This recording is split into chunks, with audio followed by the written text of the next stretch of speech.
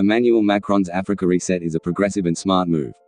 Keenly aware of a changing world order, the French president is moving swiftly to deepen his country's engagement with the continent.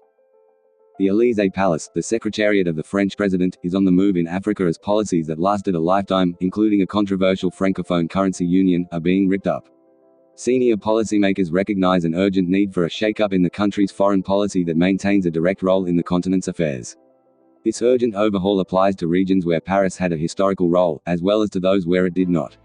French diplomats see the disintegration of the post-Second World War rules-based internationalism as a cycle, not a fad, and this view has triggered a new scramble for Africa. Not only is control over mineral resources key to the new world order, Africa also has a demographic advantage over nearly every other region in the world. Furthermore, decades of development spending in several countries means that the continent as a whole has also begun closing the education gap. French President Emmanuel Macron poses with French soldiers and civilians during a Christmas dinner with French troops at the Port Bouet military camp near Abidjan during his three-day visit to West Africa. AFP seeking a symbolic turning point during his visit to Ivory Coast earlier this month, President Emmanuel Macron issued a full apology to its people for France's colonial history. This was accompanied by the announcement of a revamp of the CFA franc currency union, a move that received praise from the International Monetary Fund. Yet there are reasons to see this reform as part of the reset, not a repudiation. Seeking a symbolic turning point during his visit to Ivory Coast earlier this month, President Emmanuel Macron therefore issued a full apology to its people for France's colonial history. This was accompanied by the announcement of a revamp of the CFA franc currency union, a move that received praise from the International Monetary Fund.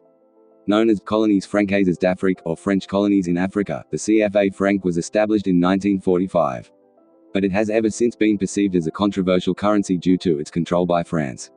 Yet there are reasons to see this reform as part of the reset, not a repudiation.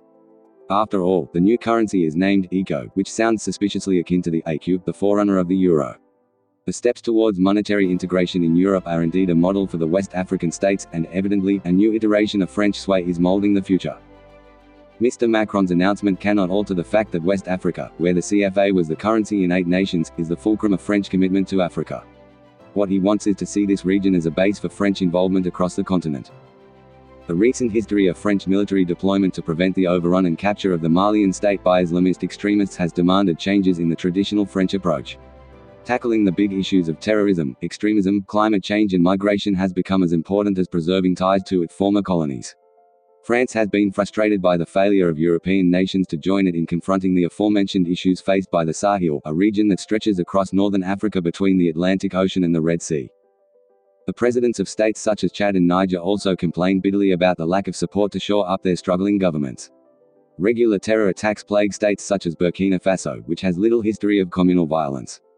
Earlier this year, the United Nations warned that 1.9 million children in the region were being denied education and that 9,000 schools were forced to close during the past 12 months.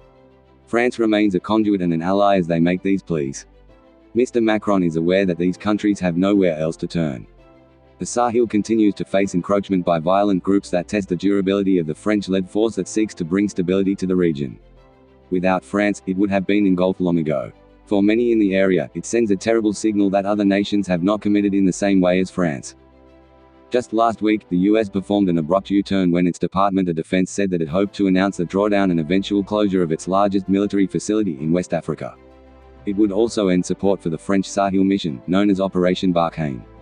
The move was painted as a geostrategic choice as the country focuses on the challenges it faces from China and Russia. France has no such choice to make, and during his Africa trip this month, Mr. Macron vowed to double down on his commitment to fighting extremism. Paris has also eyed the role of referee in the conflict underway in Libya.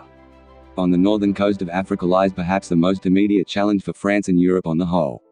Last week, Greek Foreign Minister Nikos Stendias sought French alignment and support as his country, as well as other Mediterranean countries, are unnerved by Turkey's growing support for the authorities in Tripoli. This means that the opening months of 2020 are set to be dominated by efforts from the French and others to ensure that Turkey does not run a satellite state in the North African state while having a chokehold on cross-Mediterranean migration. The US might have an aversion to building long-term strategic relations in Africa, but other states are growing their involvement, notably Russia and China. Next month, the British government is expected to launch its own policy regarding the continent at an African investment conference in London. Britain wants to position itself as an enabler of Africa's economic development and is calling leaders from as far afield as Japan and South America to participate in the forum for raising opportunities for growth in the continent.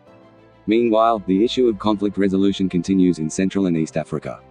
Sheikh Mohammed bin Zayed, Crown Prince of Abu Dhabi and Deputy Supreme Commander of the Armed Forces, hosted Isaias Afwerki, the Eritrean president, ahead of the latter's latest visit to Ethiopia as he looks to further the peace initiative between the two countries. Pope Francis devoted a part of his Christmas address to hopes for a new chapter for peace in Sudan and South Sudan. With protests raging across France over Mr. Macron's pension reforms, there is little doubt that the president is facing plenty of domestic challenges. By contrast, however, his international policies, particularly involving Africa, have been remarkably clear-eyed.